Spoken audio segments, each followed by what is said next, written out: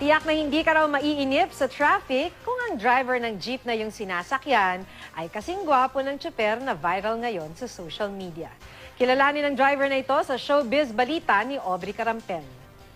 Viral naman ngayon ang litrato ng poging jeepney driver na bumabiyahe sa Ngat, San Fernando, Cebu. na nakuna ng isang Facebook user. Hinanap namin ang jeepney driver. Una naming pinuntahan ang terminal ng jeep sa San Fernando, Cebu. Kuya, kilala niyo po. Oh, kilala ko po yan. Ini yung aming membro yan. Kanina umaga bumiyahe, nagtikito sa akin kanina umaga. Gwapo talaga. Oo, maganda rin ng laki. Ay, pares din ng ama. Ah, Kasi yung ama ho niya, Tisoy. okay. Sabi marami daw nagkakagustong pasahero. Totoo ba yun? Yung isang uno ay nagtatawag dito, naka-duty ako, nakakarasan ng pasero.